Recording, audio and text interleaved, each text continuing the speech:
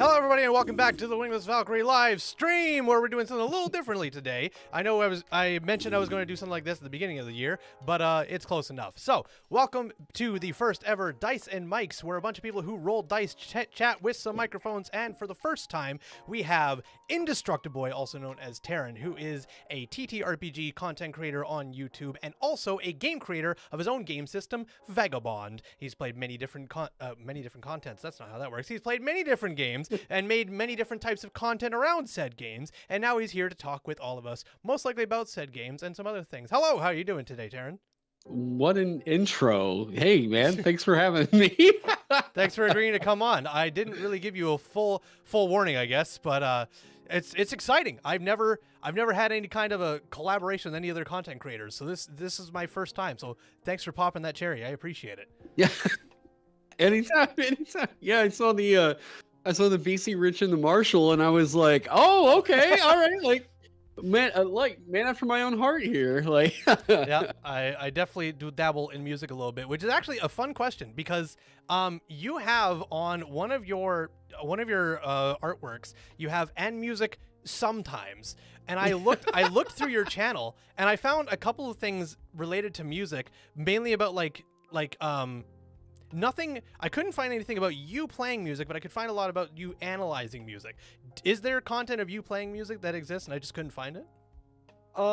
Usually from live streams, someone will like ask me what like my thoughts on some. Usually it's like video game music or something like that, and I'll like do a transcription or something. My my degree's in jazz guitar studies. Okay. So a lot like more so. You know, getting trained up to be able to read on a professional level. But as far as like content here on YouTube goes, I've done like a commission piece for AJ Pickett. Okay. But really just like, I mean, I try to keep the channel more to, you know, just the game design, TTRPG side of stuff. But I've tried to find like those little, like, maybe I could elbow my way in on some music content here or there, but it always feels like an odd kind of thing. I know, I mean, Dungeon Dad is also a musician, and he has a whole like second channel to just post up stuff that he composes and everything like that. So I thought about doing something like that too, but yeah, I haven't really played much on stream other than to like kind of like transcribe something or figure out what's going on with the song real quick. But yeah, no, I haven't really played much on here. That's fair enough. I'm in a similar boat. I used to. When I first started my YouTube channel, it was very much all over the place, and I did mainly music stuff when I first started, and that's largely taken a back seat as I've just found this is far more enjoyable. Occasionally, right. I will grab an instrument and play some stuff on stream, very few times and far in between, but I mainly do it off stream for myself more than anything. I want to eventually make something proper and put it out there, but at the time being, it's like, It's a lot more just for me than for anybody else. So, and that may change, but eh. Yeah, and the production of it is also a whole other thing. Oh, like yeah. Having to record all of it, tracking it. I mean, like I could, you know, write scripts on reviews and stuff like that, and that takes like, you know, 2 to 3 weeks for scripting, and then like filming and editing is all about like, you know, a day or two. But I feel like whenever it comes to like, you know, music production, now I've got to hire instrumentalists and you know, yada yada yada. The recording of that's going to take at least a weekend, and I praise the guys that can actually do that. Like that is a whole other level of commitment. I really missed. So there's a channel called I think it's 12 Tone. Are you familiar with them? I am not. They did a lot of like video game music analysis and stuff. But actually, I think the guy is actually masters in, I want to say, jazz composition. So it was really cool to actually see someone analyzing a lot of like music tracks like that. And I was like, if I didn't do TTRPG content on YouTube, I would probably try to get in on like that ball game. But yeah. You never thought of just making like a second channel completely separate from Indestructiboy and naming it something entirely different and just going that route for like extra such? The thought had occurred to me a couple times. I've just never really, I guess I never really thought about what I would do with it. Okay. One of my friends, Colby Fulton, he was a drummer here in Tulsa for a while. He's actually got a YouTube channel that took off. What is his channel now? Colby Fulton Drums. Yeah, Colby Fulton Drums. He just literally goes through and talks about what all's happening with certain drummers. Like, I mean, and he is a world class, like, he did cruise ships and touring stuff and yada yada yada. But now he'll actually bring, you know, his highly educated perspective in on trying to see what's happening with like heavy metal drumming or whatever. And yeah, fantastic channel too. So cool. See, I'm much cheaper. Anytime I'm doing music stuff and I need like a full production, I just like, does any MIDI of this exist? Bingo. Throw some instruments on that. Done. Yeah, that was a whole other thing too, is like working with the digital audio workstation. I was like, oh, now I'd have to learn Logic or Pro Tools, and I'm like, I should at some point get in on that, but I was like, I just use Sibelius like crazy to just do like jazz band arrangements and stuff.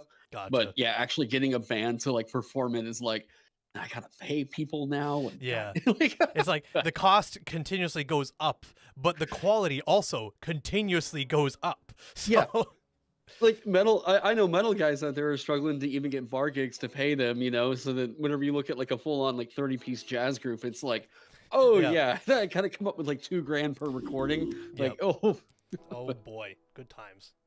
Yeah, no, until I have any kinds of funds like that, I will continue to just Google search MIDI and then throw instruments on there and just fuck it. This is fine. Make do. Well, that's really cool. That's really interesting to hear. Yeah, for me, I learned Pro Tools and Logic and all that because of school. I'm trained as a studio production engineer. Oh, cool. So okay, that was my schooling. So I had all of that given to me basically through school. So I was like, hoorah, saved $800 on Pro Tools. Thank Christ. So, yeah. And that was before it went monthly. So now I have it forever, but I have Pro Tools 10 forever. If I ever want to upgrade, I have to go monthly. And I was like, nah, 10's fine. So.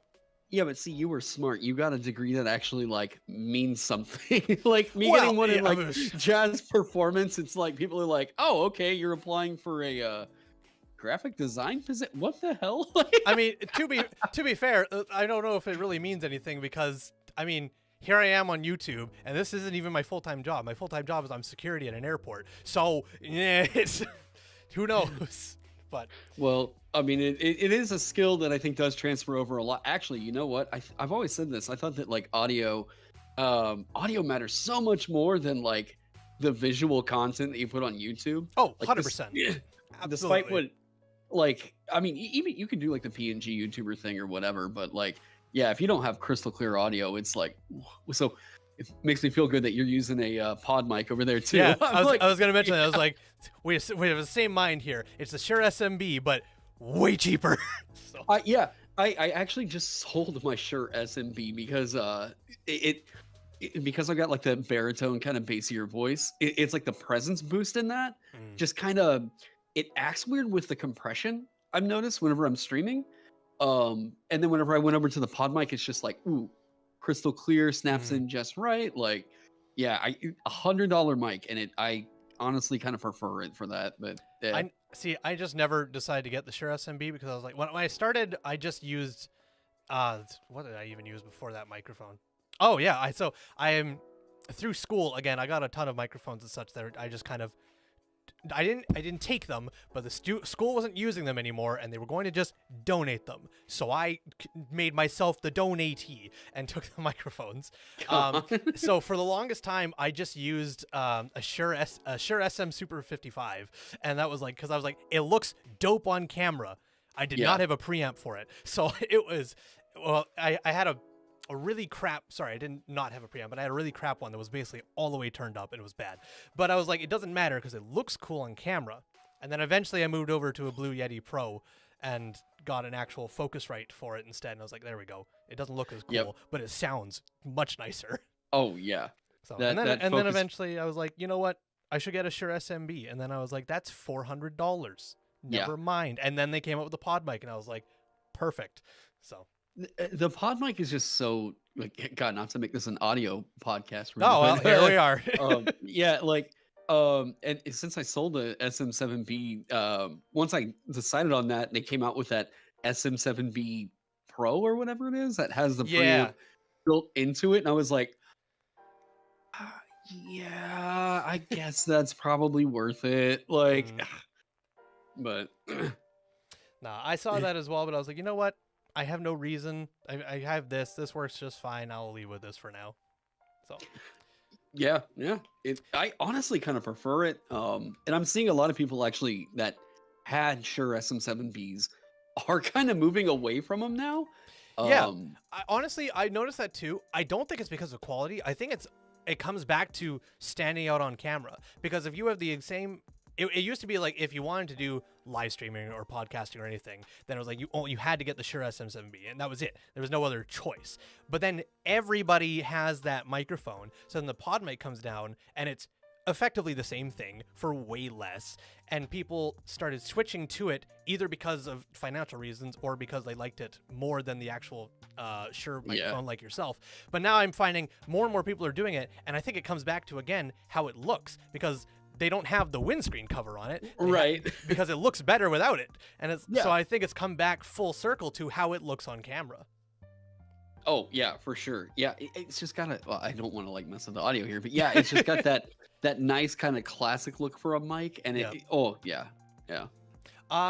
But going off of something I mentioned earlier, so I mentioned I'm not full-time content creator by any means. Are you full-time into content creation, or do you have still a regular working man's 9 to 5? So I am now full-time content creation.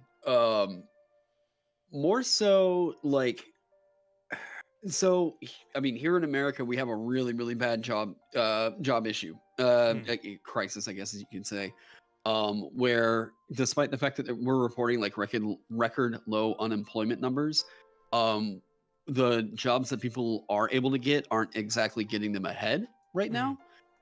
So I figured I would do like something like, I used to be a teacher. Okay. So I figured I would do like teaching, and YouTube and content creation would be like my side hustle. And then in about 2021, 2022, this became so lucrative that I was like, I am losing money by not really focusing on this full time. So this is 2022. I left my job and I was focused on like, I'm just going to make content on the Dungeon Masters Guild, and I'm going to do YouTube videos, and this is going to be my thing. The OGL situation happens, and basically that cut my revenue in half every month. So these days, really what I'm doing is like, I do the YouTube content, but the majority of my income is from like Patreon support and, like I guess online sales on my stuff. But nowadays it's weird because a majority of people are just looking for other stuff at this point. D&D 5e, it was like an easy system to make. Like, I don't want to say like crazy revenue in on. The amount of people that are doing like what I would say is absolutely insane revenue are like maybe the top 0.1%. Like Griffin Saddlebag has like a whole production team. Mayhem Press is, Ghostfire Gaming, that sort. Yeah. So that really represented like, of people that were making money in TTRPG stuff, they are like way a rarity. But I was making at least enough to where it was like getting bills paid off. It wasn't having to struggle to do a thing that I thought was a lot of fun. And then the OGL situation happens, and now it's like, well, not only is it like me personally not wanting to do a whole lot of 5e material, but it's just not really getting fought anymore either.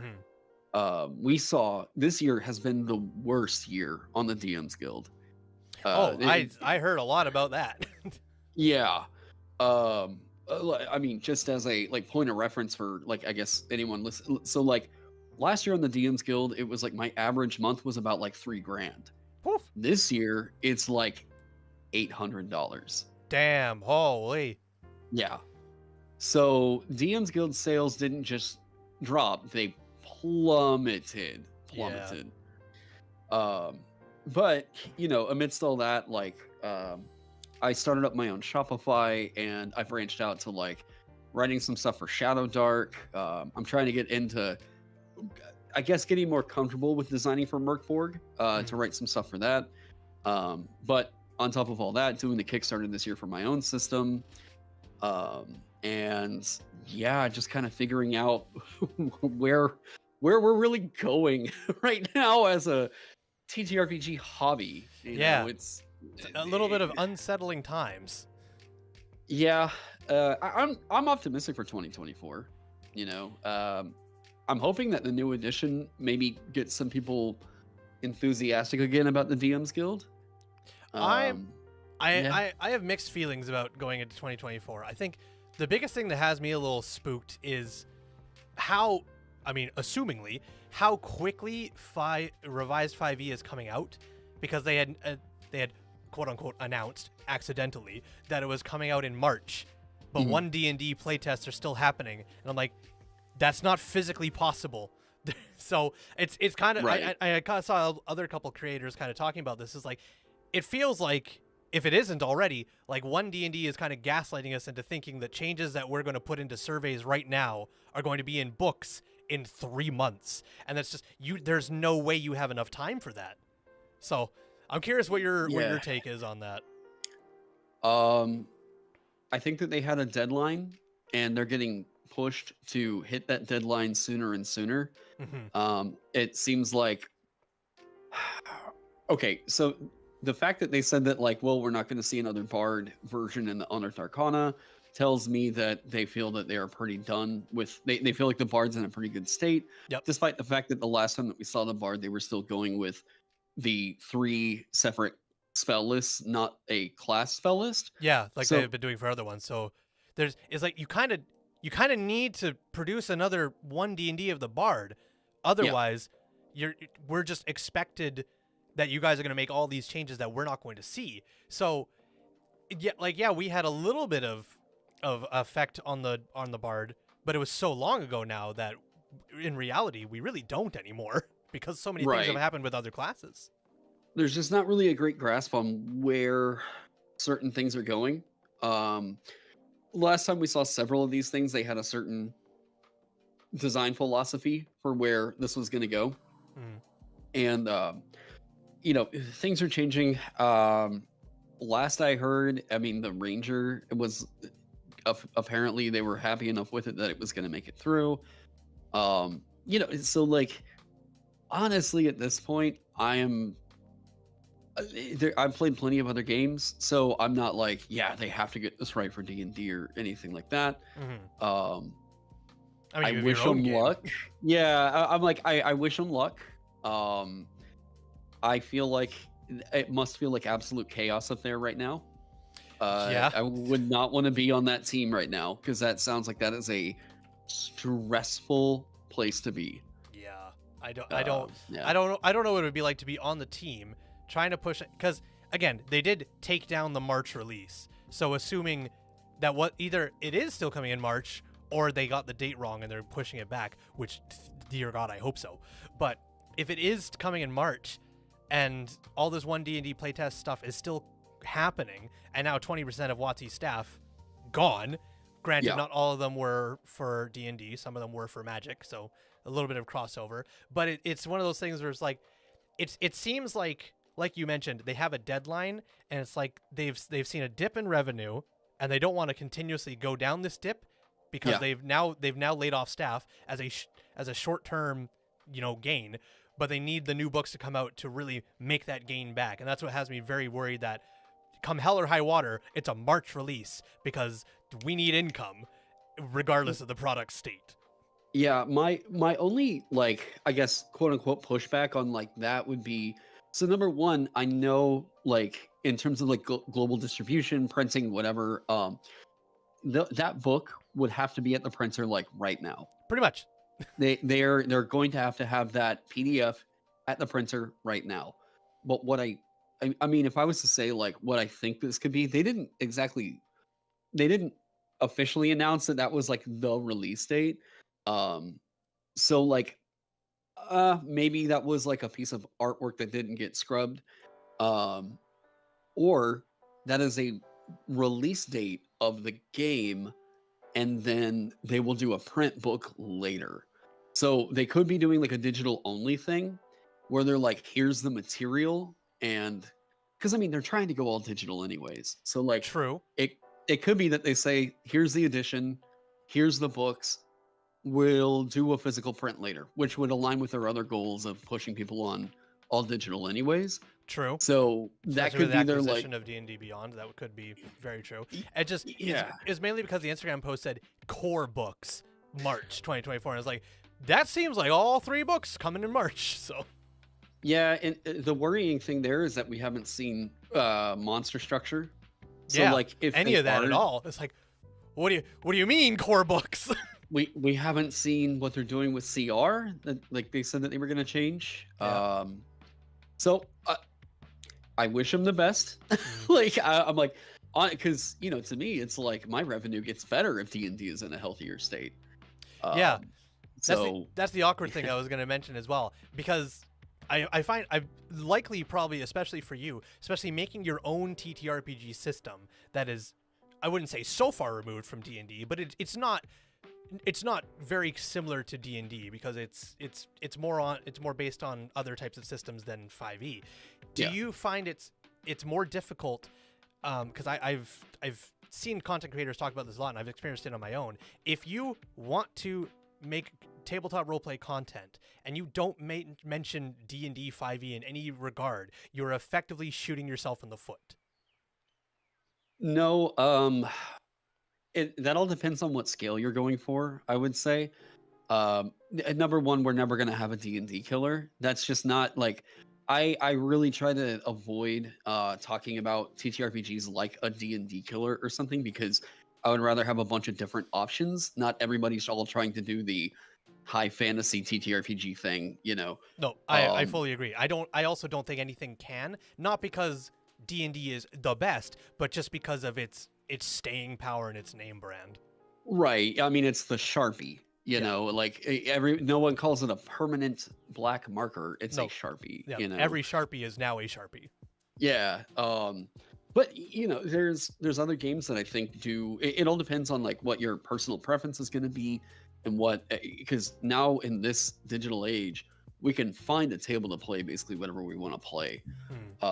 So like, you know, right now I'm researching, doing a whole deep dive on Shadow Dark for a review and everything, and I'm seeing like with Shadow Dark, it's like, yeah, Kelsey was not afraid to make that game a game, more so than like, so D&D goes really hard in on like narrative is what guides the rules, and when they write, this is why we get like short rests, not once for combat style writing. Whereas with Shadow Dark, it's like they're very much aware it's a game, so like there's very like meta gamey kind of stuff that happens with that. You know, gold for experience is like the way you get experience in Shadow Dark. Whenever you light a torch, you're supposed to literally start like a 1-hour timer on your phone to like tell you how much torchlight you have. So like they're very much aware, like, okay, practicality over all this narrative integrity for like building out this whole crazy story, right? Which I like, and I think that more TTRPGs should be willing to say like, we're not doing the exact same thing, or we're not trying to scratch that same 5e itch. We're still carving out our own niche. You know, like, yeah. And I would say that's actually a benefit because of the OGL, because ever since the OGL, more and more people have been opening their eyes and looking for more games that are not D&D 5e. Some of them they basically want to play D&D 5e, but they don't want to call it that because they don't want to be associated with that, and they just want something similar to that. And games like that exist. Pathfinder is a perfect example of that, where it feels like D&D, but it's not. So you can play something like that. But then if you wanted to play something completely different than that, I would say, well, actually, Vaesen is fantastic for that, because it's still a tabletop role-playing game, but it's basically nothing like D&D. So yeah, like I mean, even if you wanted to go with like, so for me right now, I think that there's two real big like metrics for what is like the 5e modern D20 feel. or really what I see is a lot of games taking inspiration from Into the Odd. Okay. The Into the Odd likes. I mean, Merc Borg is Into the Odd, but with additional changes and everything. But I mean, Chris McDowell was like, I believe other systems had done armor as mitigation, not evasion. But like Into the Odd was like the first recent one, I think. Someone correct me if I'm wrong, I guess, in chat. Where that was like the precedent that the system was built around. Very, very quick, like with a lot of the modern D20s, and if your character dies, you really feel that. And it's like, well, yeah, now it took me forever, and you almost don't want to make your games lethal, because if it takes forever to make a character, well, then we got to get them back in the game at some point. They've got to spend an hour making their character, so no one wants to do that. But in like a game like Merkforge, like there's a reason why they go with the quick, easy to roll characters, because if you want more lethality, like maybe to ease the blow of, well, your character died, is to make it to where you don't invest 45 minutes into making the character in the first place. But yeah, like I think that we're seeing I think Into the Odd was one of the first rules light TTRPGs I saw that I was like, yes, that 100%, I get why that's there. It's doing something different. And I don't think that we necessarily need all these games to try and tell like 10-year long stories. I'm trying to like kind of renormalize the idea of a 5-session campaign, right? Like we play this game, we're going to meet up once a week every month and check that out, and we'll see what we think, yeah, that's either you want epic fantasy or you want some of the other stuff that's out there. And I think this is going to kind of normalize the idea that not every TTRPG needs to be your mainstay. Yep, absolutely. It doesn't have to be your Smash Brothers main, I guess. Yeah, I get you. In that regard, then, what would you say is your favorite TTRPG that is not Vagabond or D&D? As of right now, I did really love Vaesen. Just getting into that, actually running it, it's extremely clean what they're giving you for GM tools. Really love Vaesen. I like a lot of what's going on in Shadow Dark at the moment. With Shadow Dark, and that's the very beer and pretzel style dungeon crawl that I've been kind of missing out on. I really, at some point, want to run Frontier Scum, which is like Western Merkforge. It's by Carl Druid. Yeah. It's the whole book. I've got it down here somewhere. The whole book is kind of like laid out in this like nice weird. I don't know what you call this kind of cover. It's literally just like a piece of super thick cardboard. But yeah, otherwise it's like stitch bound, but laid out like a old school like Western catalog. Yeah, that is real neat. Yeah, Frontier Scum. If you're familiar with Merkforge, you should just pick this up, because I think I prefer this for Western roleplay, really. Yeah. Other than that, let me put that up here. I would like to actually get a group together to play Into the Odd. Not a whole lot of people have really expressed a big interest in it, and I'm like, God, it would be cool just to like get some ice broken around, like get a conversation going around that isn't just like, God, isn't this game super cool? Yeah, there's a lot of really inspired ideas in that, but Merkforge, fair enough. And also getting in on Pathfinder this year. I need to actually like sit down and play it as not a just like cursory glance style thing. They do a lot of things in there that I really like, but I've also, my apprehension with it has been, it seems like they're trying to cover up so much territory that they don't really let you breathe with it. Like there's always this kind of dance you play whenever you're designing a thing, where it's like, do I need to really come up with a ruling that covers every single situation, or a ruling for every situation, or do I just say like apply common sense? Which is like the Shadow Dark route. Where it's like it tries to stay hands off, with like how the check should apply rather than say this is exactly how you do this exact thing every single time. Yep. You know. But yeah, there's a lot out there. Yeah.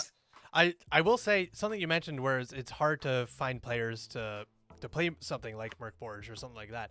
I'm also having a similar thing because I primarily run D&D 5e. That's the main stuff I run. I've been running years-long campaigns all the time. I've done many one-shots for it.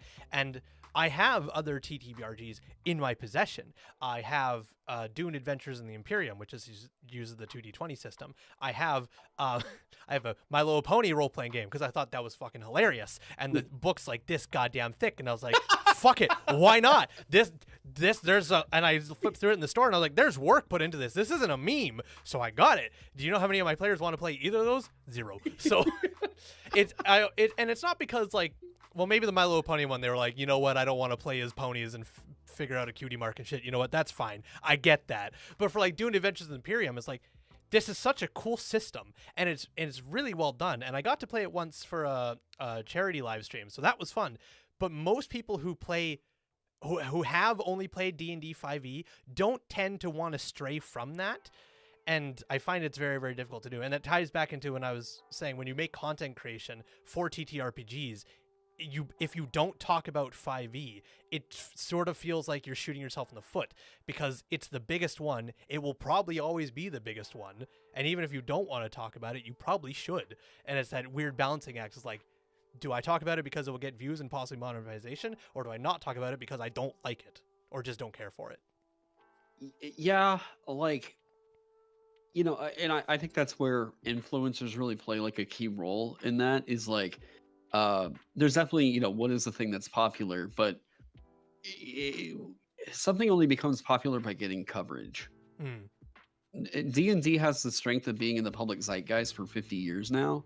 And like, I mean, yeah, it's ingrained with nostalgia for like, I mean, everyone watching, you know, Stranger Things has got that like, ooh, yeah, 80s vibe, comfy. I get the, you know, everyone's around the table with Cheetos or whatever. I that's great, but I just wish that we could get a bevy of like TTRPG videos where they're covering all these games in the same way that people would cover like video games, right?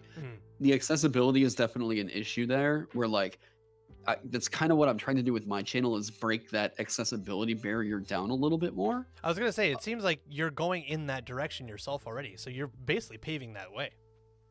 I'm trying, and this has been like a difficult thing to do. And I think I finally found the format that I was like, this is what my channel was meant to do.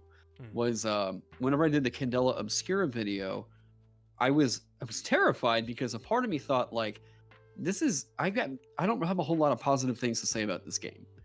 But I feel like the only way I'm going to be able to say them is by giving this game as thorough and fair and even-handed of a critique as I possibly can. And in doing that, you know, now that video's hit 103,000 views, and I was like, people want this. And that's been the thing. I've been getting messages back from other YouTubers that were like, that is one of the best reviews of a TTRPG I've ever seen. And it was a negative one. So how can you do that same format? Like, you know, because I don't think a lot of people had talked about TTRPGs in that way and reviewed them honestly and earnestly, where it was like, yeah, this thing is really cool. Here's a flip through the book. See you later. You know, this is, I was trying to get more clinical about it. And honestly, for me, your review on Candel Obscura was really refreshing from my side because I'd watched a couple of Candel Obscura videos and I'd gone through their quick introduction and I was like, it's okay. It didn't really grip me, and like you mentioned as well, I was like, if I was gonna play Candel Obscura, I might as well just play Blades in the Dark because it's just it was the only reason you'd play Candel Obscura is because it's tied to Critical Role, and then you could possibly get people's like, oh, this is the game they play on Critical Role, which would be more enticing than, oh, this is Blades in the Dark, and they go, what's that? So and I didn't overly. I mean, the perfect thing that I'm glad you called out, because when I read the quick start and it was talking about the how not to play the game effectively. And I was like, that's my least favorite thing. If I'm going to pick up a game, I want to take it apart and see what, as far as I can push it and play every bit of it as I can. And that's also why I enjoy 5e so much, is because 5e I find is very, very malleable, and you can take it apart and you can play it in so many different ways, and it's still very easy to catch on. And like, everybody has their own list of homebrew rules. You famously have your video of what you allow in your 5e stuff, and it is a lot of different things. So, and 5e is very good for that. And that's when really what put me off Candel Obscura is when it told you, don't play these kinds of things. We find they're not good. And it was like, but I don't care what you find. When I have the book in my hand, it now comes to down how I play it and what my table's okay with. But whatever. And then you brought that up in your video, and I was like, fantastic. I'm not the only one.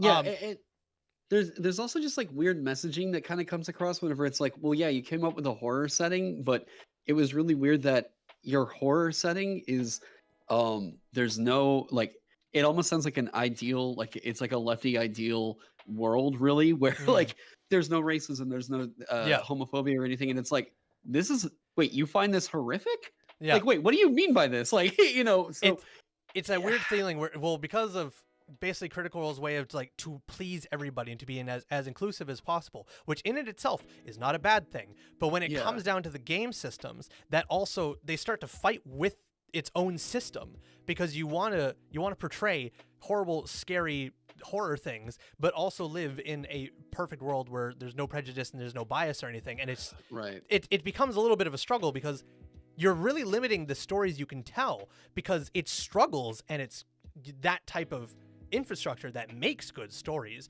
and like, really, you don't need, we defeated the monster and that's the story, because you can have that, but it's all those extra small things around it that really build it up. And I just find without those things, it just kind of falls flat for me. But I will mention, though, that because that has become, like you mentioned, one of your best views by far, what's your thoughts on Critical Role and its fandom? Because I skimmed through the comments on it a couple of times. There's no doubt critical fans, or stans, however you want to call them, that saw the video that may or may not have liked it. And I've had my share of, I made a Critical Role video talking about how Campaign 3 is the least, not the best campaign of the 3, and the reasons for that and what other people have stated. And I got an assload of hate for it as well. So I'm curious, because I only got 8,000 views on that video. You have hundreds of thousands. What's your experience with that been like? Honestly, extremely positive. Really? Okay. Yeah. So like, what I thought was funny was like, I intentionally didn't post it to any subreddits or anything like that. I haven't used a Reddit for promotion in a while. And somebody posted it up over in our Critical Role, and people were like, you know, he has a point. And I was like, I even posted it up in a Discord server with a couple other YouTubers, and I was like, guys, I did the impossible. I got the Critical Role fans to agree with me on this. Like, let's go. Yeah, like, so you know, I mean, Critical Role, like, and I'm only saying this, like, if you're a Critical Role fan and you're not a part of this, then I'm not talking about you. But there are famous instances of, or I say famous, at least well known in the TTRPG scene, instances of Critical Role fans getting a bit vicious. Oh yes, I've talked about them numerous times on my channel. It is not pretty. Yeah, so like, I knew whenever I got it, I was like, my thing was, I'm always really big on consumer advocacy. So like, this is I always said, like, one of my biggest inspirations for getting into YouTube was Total Biscuit. And one of the things I really loved about Total Biscuit was that if he had a bad thing to say in a review, it was followed up by extremely intelligent talking points that were like, well, now he was able to like eloquently express why a thing made him feel a certain way, right? Like, well, there's a game that, you know, really gets me into this. What do we call this? And it's like, no, it's immersion. We call that immersion. So, you know, setting these, like, making more, like, sure, these terms have been spoken of before, but like, he was really cementing them in like the everyday like YouTuber ethos, I guess is what you would say, about like talking about these games through a critical lens. I'm trying to remember what was it? There was like a digital homicide game or something like that. Anyways, there was a video review at one of his, and I just remember always thinking about that one whenever I was like, if I have to be a bit harsh on something, I would hope that it comes across like this. And you know, earlier on, I tried to dodge doing negative reviews because it's weird. Like, if somebody asks you to do a review and then they send you the stuff or whatever, it's like, I try to at least go the extra step of telling them like, hey, would you really want me to do this? Because like, I don't really know what good to say here. Like, it's, you know, the effort, the work is nice, but that's not really, I have to get some utility out of it at the table. Yep. Like, especially if I'm going to drop like $50 on a thing, I need to know that I'm going to use that thing. Yep. Right. And if I just don't really see the purpose of it, then I'm like, I need to let this person know. And if they still want me to post the video, I'll post it. But I'm not going to lie to my audience. Like, that's number one. I just don't do that. Yep. Like, I never take sponsorships for things that like I don't personally use. You know, like I feel like that's at least the thing that it really drives my ethos towards doing reviews. And yeah, I would agree with you on that. I can't have the same opinion because I'm tiny. I've never had stuff sent to me, and I've never had a sponsorship or anything like that.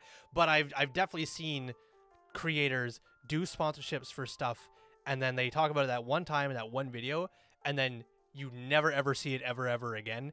And it's one of those things where it's a dual-edged sword, because on one side, as a viewer, you're like, congratulations, you got paid extra money. That's fantastic.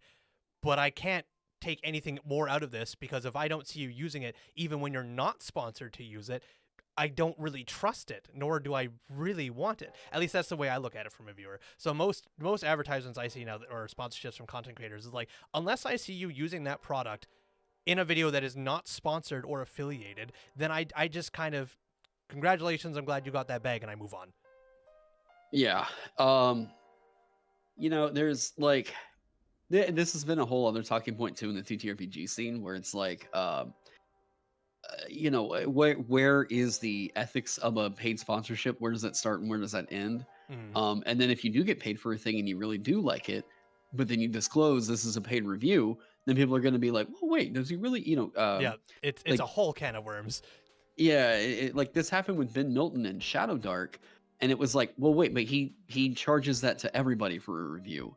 So like, you know, then this started up a whole discussion about whether it's a whole thing. But yeah, it's I prefer if it's something cool out there that I'm like, one of my favorite ones honestly was Doom Forgotten Realms reached out to do a sponsored review, because Scott McClintock had heard on a live stream that I saw it and I really liked the concept, and they reached out because they were like, would you do a sponsor review of this? And I was like, oh yeah. Oh, are you kidding me?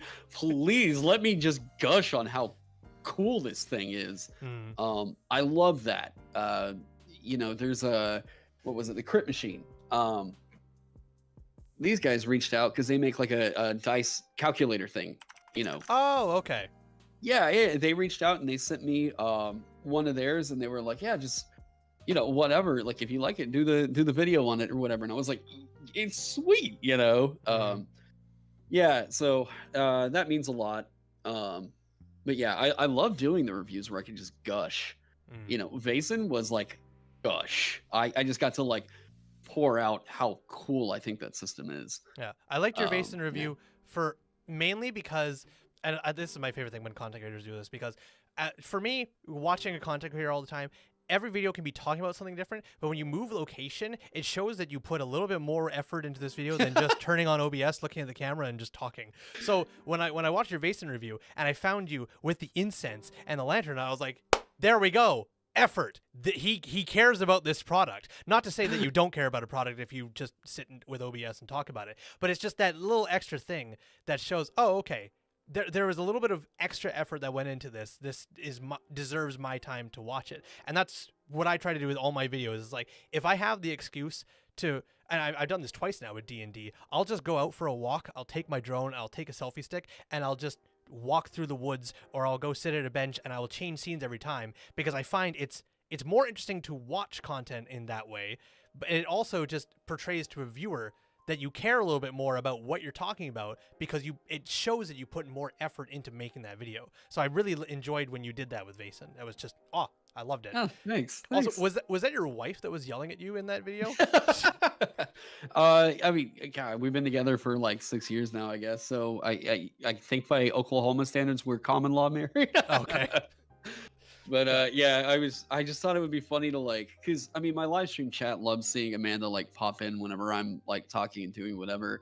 And I was like, so I needed someone to help with the camera and everything like that for that video. And she was a photographer for years. So I was like, well, would you mind helping me get this thing set up? And once I thought about that, I was like, I've got to throw in something here for her. Like, and I thought about the bit with like Disney adapting Lovecraft.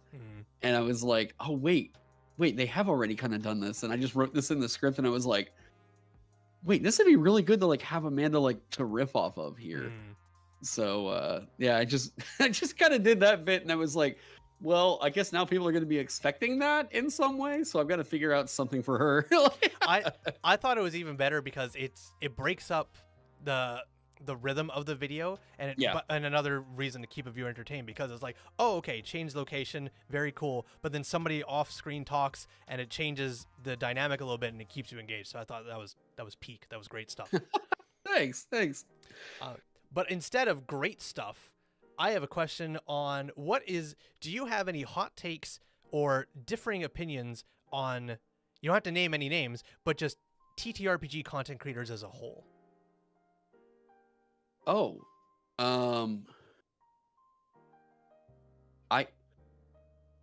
honestly, like TTRPG content creators as a whole, I guess like the only thing I would kind of push us towards, and I mean every other content creator is also like talking about this too, but like trying to figure out how to talk about being in the TTRPG scene without always bringing up D&D is definitely a thing. I feel like there was there's definitely and Will from D&D Shorts brought this up in his latest video, that there is a moment of change that happened where it went from kind of like old D&D YouTube into like, modern D&D YouTube. Yep. Where, because whenever I was like getting into D&D, it was like Nerdarchy and WebDM and like Colville and Nerd Immersion. Well, you see, even Ted, I think Ted is kind of recent. Really? I always assumed Ted's been around forever. Ted's okay. So whenever I first got started doing YouTube stuff, Ted was at 20K. Oh, okay. Yeah, like he was just doing 20K. It was him just reporting on news in the TTRPG scene to the camera. And honestly, there wasn't anybody else doing that at that time. Just talking about what's happening in the TTRPG scene, reporting it, very matter of fact. I'm a big fan of Democracy Now! Amy Goodman is like a fantastic reporter, but the thing with her is she's very just candid to the camera, pretty monotone, but it's very matter of fact. And that's why I think a lot of people gravitate towards Ted. Is like, Ted is just like, I'm going to talk to the camera about this thing that's going on in the scene, maybe interject a little bit of my like feelings about it, but for the most part, it's me reporting what's up. Kind of like Young Yeah. If you've ever watched Young Yeah, very brief bits here and there, not a lot of it though. Yeah. So I think that we needed that for sure too. But yeah, so Will brought this up where it seems like Joe Cat was like kind of the first one to come along and kind of give this modern YouTube D&D generation of voice. I would fully agree. I think Joe Cat and XP to Level 3 were the two to really make you D&D YouTube make that switch into Yeah. what most people, when they think of like a D&D content creator, they think of Joe Cat, Ginny D, XP to level 3, maybe RuneSmith, those kinds of content creators. Yeah. Yeah. And that was around like what, 2017, 2018? Roughly around there, yeah. I think something like that. Because you started roughly, what, 4 or 5 years ago? I started. I feel so weird about my D&D, like my YouTube career. I started doing like really heavy D&D like coverage in like 2020 was whenever I really sat down to be like, yes, this is what I'm doing. I had messed around with it and done some videos on YouTube, but I wasn't really taking the production of it seriously until like 2020 hit. And then whenever that hit, it was like, oh yeah, I need to actually edit my videos. Like, I need to cut. You don't have to. Ted, very famously, always looking over OBS, click. What's going on YouTube, Ted? Yeah. He doesn't do any editing, and he's doing fine. He doesn't need the multiple takes though. I do. Oh, fair. Like, I'll sit there like, Ted. Oh, there you go. Ted's like, he's like a less emotionally charged Mudahar. I've seen so many videos. That's so true. I've seen so many videos of Mudahars where he's like just straight up like, "Hey, what's up, guy? What's going on, gamers?" Yep. And it's like, you wait, dude, you couldn't cut that, like. Yep. Oh, it always bothers me as well because on one side of like one quick just watch through and you would very easily catch that, like no problem. But another part of me is like there's a small thing where it's like I think, and I'm starting to catch on, I think a lot of content creators, it's just outside of TTRPG, but content creators in general are starting to leave edits like that, or non-edits like that, in their videos for the same reason people are holding lapel mics in front of them instead of using them fucking properly, because it's that authenticity. It's that I'm not a big corporation where everything's perfect. So I'm starting to feel like it's intentional instead now. It is intentional, and it's actually a slightly bit more sinister than that, because what you can do with that is have a little like error that's in there intentionally to get people to comment. Oh yeah, to correct absolutely. that error and cause engagement. Absolutely, it's brilliant. Like, yep. You mentioned that. I've definitely done that on TikTok more so than anything. I would just make all the captions, and then I would just like incorrectly spell one caption, because then people could go back, find that caption, rewatch it, and comment on it while it rewatches the background while I sit here going, it's fucking all part of the plan, baby. Yeah. So, dance, monkeys, dance. You think I don't know how to spell because, please. But well, I would say, just from my own perspective, I find with content creators for TTRPG space, I find a lot of them, it's weird to talk about because it's the whole point of it, but I find a lot of them focus a lot more on pushing their own live streamed games than making content about the game, which seems like, well, that's the whole point. Make content about the game, so actually live stream the game itself. But it's different for TTRPGs, especially long form ones like D&D, because it's very difficult to get into that, and the equipment needed to make it good is even more difficult. Most people, if you're live streaming, you're like, hey, come check out my live stream. Oh, cool, what's about? Oh, it's episode 74 of our ongoing campaign where nothing is explained. It's like, I can't get into this. And then if you want me to start all the way from the beginning, it's just like, there's way too much of it. It's one of those very niche types of content where it takes you way too much time to get into it. And especially if the content creation around is not good, like if you're all using one goddamn microphone, it's so difficult. And this isn't a 15-20 minute watch. This is usually a 3 to 4 hour watch. And if you have bad audio, I'm sorry, I don't care how cool your world is or how dope your characters are if all they sound like are fucking cows in trash cans. It doesn't work for me. So I just find TTRPG content creators need to focus more on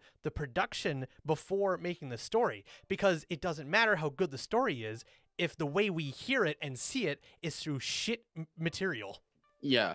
This is, I talked about this on a stream, I want to say back in like July or something, where I was talking about why actual plays just don't do it for me. And I was like, I can't sit there and watch Critical Role because it's just this big epic saga, and that's just not what I want to sit down and really watch and try and catch up on. It's like One Piece. I can't be bothered, right? Yep. It's too massive a story. So instead, what I like though is like what Dimension 20 or Mystery Quest are doing. Yep. So like they're taking a, you know, sometimes if it's like a 20 episode long campaign, they were probably like that's got to be one of their big mainstays.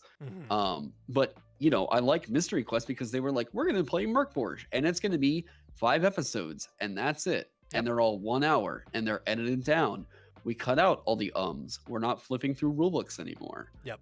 I fully agree with you on that, and that's why I also prefer Dimension 20 over Critical Role. I like Critical Role just fine, but you want someone who's like, oh, you got to watch Critical Role. Oh, okay, cool. And then you set them down as like, oh, by the way, it will take you like 2 months if you watch every day for 8 hours a day to get through one story. I was like, or watch Dimension 20. Here's 6 episodes, an entire story, 2 hours per episode. It's edited, it has sound effects, it has music, it has high production, and then when it's done, great. There might be a sequel, there might not be, but the story's wrapped up. You don't have to wait constantly. And it's just, I find that's for a viewer, it's way easier to get into, and it's way more enjoyable. And then also for the content creators, I just find it's got to be way more fulfilling to have a story start, have a middle and an end, a cohesive narrative, and wrapped up.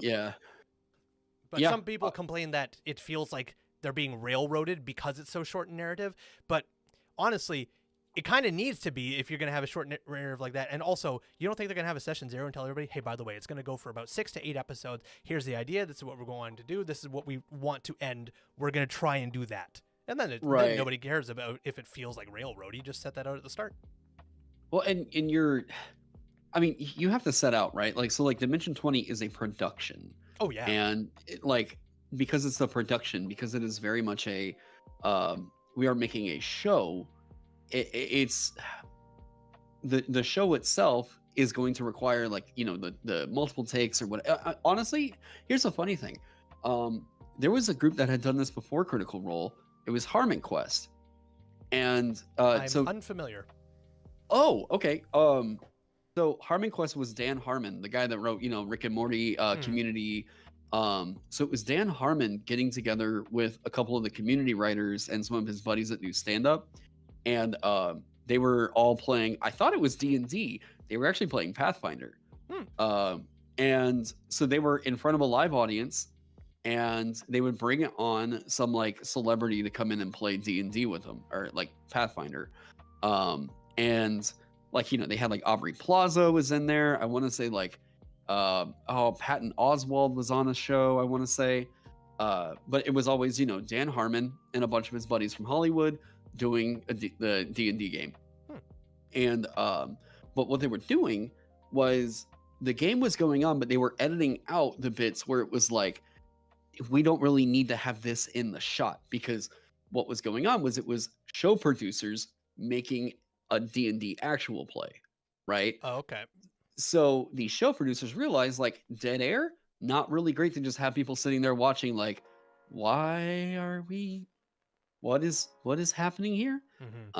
They hired animators to come in and like animate the bits in between while there was a scene that was going on. And it just breaks up a lot of the, like, I guess like just kind of sit and watch style stuff of like an actual play. And like it nailed it, and that's what really got me into D&D in the first place. And then, you know, seeing other people kind of latch on to like that idea and develop it even further, I really think that Dimension 20 has really mastered that format. Yep. Yeah, and I would personally encourage a lot more people to try and do that, as opposed to, we're going to live stream this actual play of a bunch of us with some Rode shotgun mics directly up overhead, and we're going to sit here for 4 hours and do this. Yeah. I just find if you want to live stream your D&D game and you really want to do it and all your players want to do it, by all means, do it. Oh, yeah. But the expectations got to be like that you're not going to be the next Critical Role or be the next Dimension 20 if the whole thing is start recording or start streaming, you do your session, stop streaming, start recording, and then leave it. Because the bar for entry now is way higher, and also it's super high just baseline, because D&D is one of those things, like, you can sit down and play a board game in one video and the whole thing's done. You only have to watch that one video. D&D is not like that. I just find there's way too many smaller content creators who are trying to make it doing D&D actual plays and just that. And it's like, from episode 1, you were already dipping, because nobody's going to find episode 87 and want to now jump in because they have no fucking idea what's going on. Yeah. It's, I think that really, I guess that is the real Matt Mercer effect. I think as content creators now, if you're doing the actual play thing, at least for YouTube, the thing that's going to be helpful is to edit it down. Yep. If you live stream it and like people are going to opt into that, like to watch it, that's cool. But I don't know. I mean, Robear's getting success over there. So I think it's hit or miss, but also, like, what are you doing that's different? What are you doing that's unique? What are you bringing? Yep. And that goes for any content creator. If you're going to jump into a niche, you got to set yourself apart. People have to have a reason. Why should I watch you over others? And you got to make something to do it. And if you do something like with the animators between shots and stuff, like, that's brilliant. That's great. Do something like that. I don't know if you can do exactly that, but just that's a perfect example of, hey, it's a live D&D actual play, and you can fill it in and set yourself apart. Yeah, for sure. Well, it has come to the hour mark. I have one quick question left for you if you have time for it. Oh, yeah, let's hear it. I'm curious, what exactly pushed you to make Vagabond? And also, afterwards, were you worried it wouldn't get funded? Ooh, okay. So initially, like, I had always sort of had thoughts about, like, I guess, what would I do? Like, what would I do with an RPG? I know that there were a lot of things with 5e that I was basically like making my own game through just the house rules alone.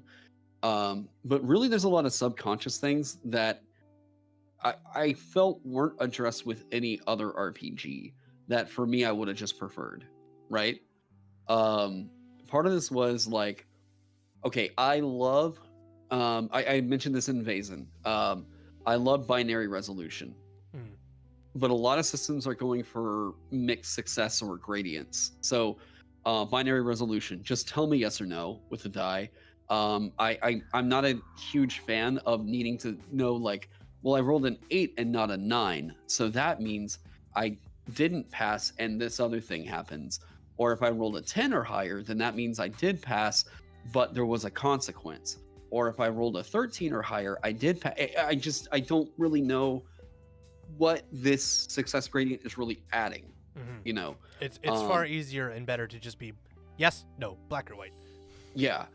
And there's a lot of issues I feel, particularly with D&D 5e, where there is D&D 5e is not an easy system to run. I think that a lot of people who have run D&D 5e might feel like, yeah, well, good. And then I would encourage you, if you have run D&D 5e, to check out some other systems and get a feel for how freeing that can be, right? So a part of me thinks that a lot of D&D and its future versions may run into this, like, well, the DM is going to have to interpret what this might mean. I don't know. I would really prefer if a system, to me personally, I wanted a system that could run itself. So this is why all the marketing for Vagabond has been a system that can run itself. I played Rune by Spencer Campbell and just immediately was like, there's a workable AI in this stat block right now. Wait, what? This enemy is moving on its own. Okay, really cool. By the way, to anybody that's not sold on solo TTRPGs, you should check out Rune by Spencer Campbell. I've heard of it, but I haven't really looked into it. It's like a Dark Soulsian style solo TTRPG. Exploration is a thing. It is a quite cool system. But I wondered if there couldn't be a thing that it was like, we have the kind of AI of something like that you can build into a stat block itself, that doesn't require any other analog from the player, so that not only could you do this, you could play solo. Mm. And I love this idea, but I knew there was no way to do this with 5e. 5e requires a lot of the GM has got to massage some things over. Mm-hmm. They've got to be the one to interpret and figure out what the monster is doing. And as a result of that, I feel like systems like 5e are going to be clunky. And I wanted to take the step and see, like, what can I do to make a system that will literally tell the player everything they need to know about what's going to happen in the world right there on their character sheet. Mm-hmm. And whenever I make an attack, I need to know on my character sheet what I need to hit, not I rolled it 13. Is that good enough? Yeah. You know, like you want less filtering through the DM to the game. Yeah. And I like the narrative so much more of like, how good are you with a hammer? That right there. You know, saying that like, well, I made this swing, and because its armor class is an 18, but it doesn't matter how good I am with this, that it's not going to hit or whatever. So what I like to do also was I needed to rethink like dice calculations. I wanted to see how much of the math could we move before the dice roll was made to remove like any calculations afterwards. Mm-hmm. It's So extra this is why, steps between finding out if you succeeded or not immediately after rolling the dice. right? So like once you roll the die and you see the number in Vagabond, you know what happens. Mm-hmm. There's no addition, there's no math after that. Once you've made your character, the numbers on your character sheet are like all you need to know. Yep. So because of this has been the fun thing. We've been able to just take random adventure prompts, like I showed like Fantasy Flight games, Fantasy Fight games, fighting fantasy games. There we go. Just taking old school choose your own adventures and running Vagabond with those. Being able to like take stuff from other systems like D&D 5e even, and just like run Vagabond solo in a 5e module, right? So there's other things to that. Trying to, I think health numbers got so overblown that modern like D20 systems or whatever, seeing a character or seeing a monster that has like 300 or in some cases even like 650 hit points, I'm just like, what? Why though? Like, does that really communicate how epic this is? Absolutely. It means you're going to be fighting this monster for 2 hours. Is that not epic? I'm like, I guess, you know, but so what I kind of preferred was I wanted to take it back a little bit towards this is why I said pulp fantasy. 5e and Pathfinder are what I kind of consider to be superhero fantasy, where you're making a character that is capable of basically demigod level, like Herculean power. Yep. And I wanted to kind of root it a bit more into the like inspiration of like Conan, you know, where you're a character that is probably capable of doing some superhuman stuff, but not necessarily like, you know, you are a barbarian is not going to be the Hulk, right? So I wanted to tone that down, but also just make a system that felt like it was an engine that was an actual engine, as opposed to a storytelling toolkit, right? So this is where like I really love the idea of roll under systems, where they tell you, you know, what you need to hit is what's on your character sheet. You just need to roll under that. Call of Cthulhu does, you know, binary resolution. So I like this a whole lot. Oh god, what else? I tried to simplify some math just kind of all over the system. And really at the end of the day, I wanted to write something that gave me that sense of like childlike wonder the first time I opened up like the D&D book and realized like, I can make my own stuff for this? Wait, what? Oh, there's so much like unexplored territory here.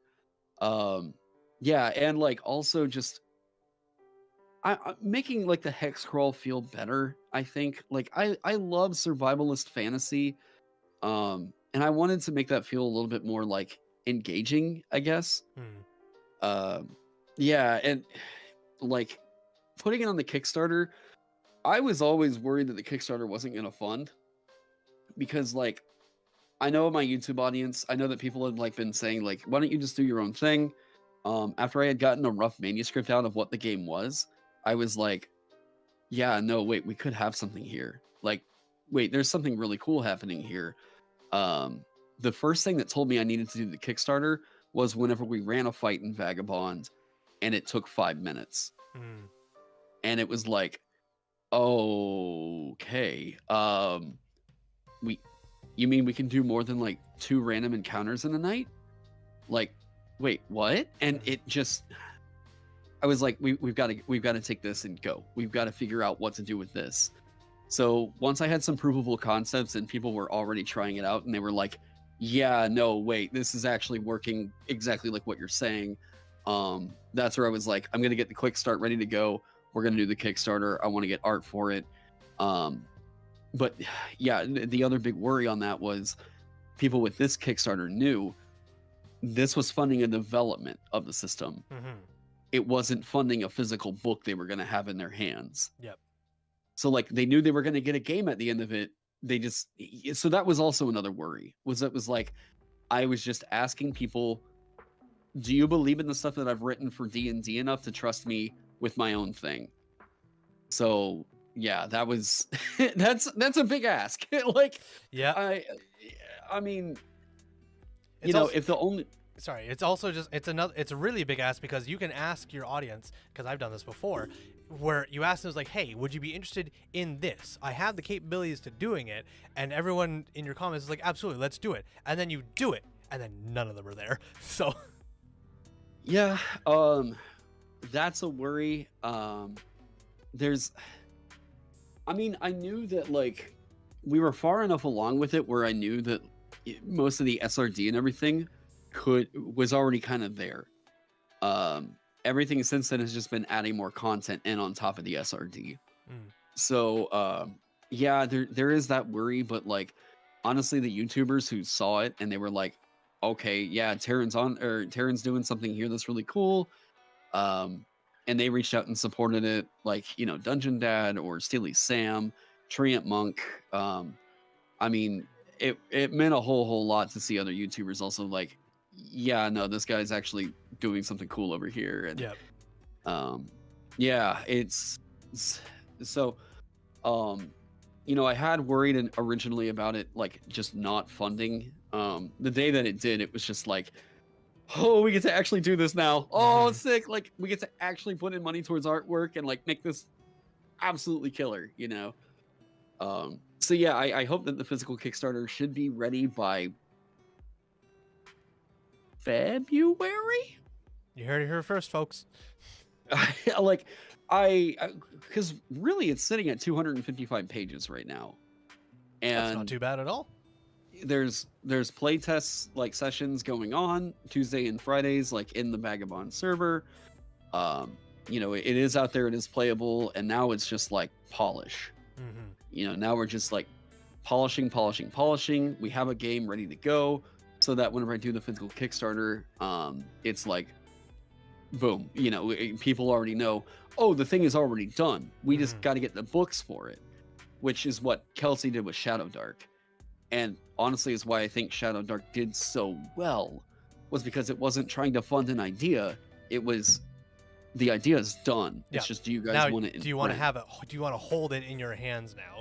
Yeah. Which I would say is, of course, I think your Kickstarter is going to go very well because you've already funded the idea and that's already done. And you already have the backing of other content creators who, of course, if they so choose to do, can promote it as well and be like, hey, it's done. You can now fund a physical copy, or I'm assuming an online PDF version as well. So I think your Kickstarter is going to go very well because you're not starting from zero to nothing, or from zero to full production. Yeah. Well, thank you. Yeah, like it. So coming up here very, very soon, there's very light polishing I want to do where like, there's some minor typos that are still existing because it's like we're trying to figure out not so much like mechanical changes, it's more so that like what are some conveyance changes, right? Like there was an action that we had in the game that was called counter, and the way that counter was working was not really a counter attack. It was like basically the opportunity attack from 5e, Okay. but like triggered by other things as well, right? Okay. So like I wouldn't call the opportunity attack from 5e a counter. And no, neither would I. yeah, and like so the way that it was working out was, I think this is a 3.5 thing, but I wanted to say it was Black Sword Hack maybe that anyways, what I really liked was the idea of it triggering on something taking the cast action or making a ranged weapon attack, and then that could trigger it. So like everyone that's played Vagabond is like, frontline fighters look scary good. Like martialists in Vagabond are looking beefy. And I mean, so much so that this next pass I'm doing on the update is like, we gotta bring some casters up. We gotta give them some love. Like, Yeah. you know. But that's always the choice. Like, well, do we reduce the fighter's capabilities, or do we raise all the other abilities of everybody else to bring it to that level? Yeah. And it feels good. I like the fact that combat's quick. You know, I think I've heard some feedback from people that they're like, it just feels like we melt everything so fast. And I'm like, well, yes, that's like, I don't think a fight should be taking up. Like, if I'm playing a video game, like a boss fight in Dark Souls or something, that's like a 10-minute fight. You know, maybe. Like, maybe. But like the quick mooks of like I'm running around and smacking some zombies or something, those are usually 1 or 2 hit kills. You know, it's not a big drawn out thing. So I don't think every combat needs to be that.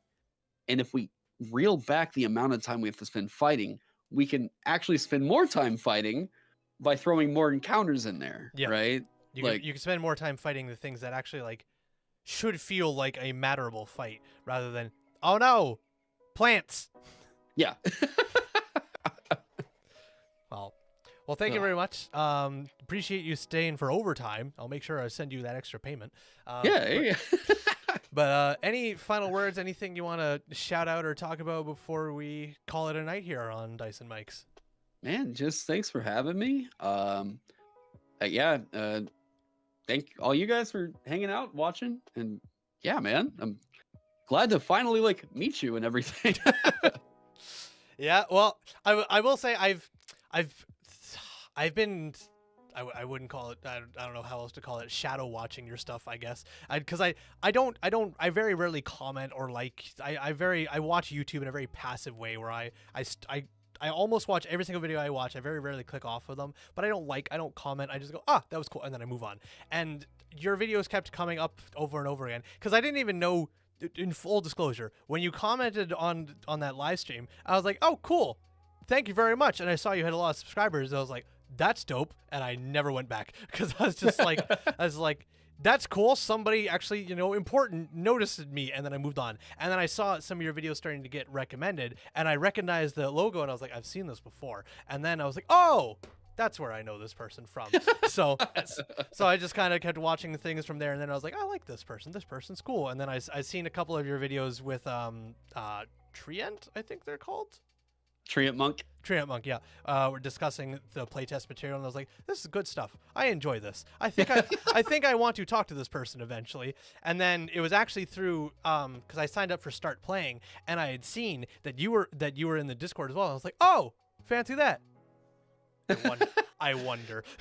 So, but nonetheless, thank you so much for agreeing to do this and hanging out and chit-chatting about TTRPGs and such. Where can people find out more about Vagabond if they want to learn more about it? So my company storefront is Land of the Blind. So Land of the Blind storefront is where you can go check that out. I am working on a quick start. I have just been trying to get a bit more happy with where the first 3 levels are on a couple of the different classes before I did that. So there will be a quick start, all that stuff. But Vagabond, TTRPG is on Kickstarter, and the early access is available on the Land of the Blind storefront. Nice. And then my YouTube channel is where people can hear my thoughts on building this whole thing out. Mm-hmm. Alrighty. Well, thank you very much, Taryn. I hope you have yourself a fantastic night, and Happy New Year. Hope 2024 goes well for you. Yeah, thanks, man. You too. All right, have a good night. Thank you so much.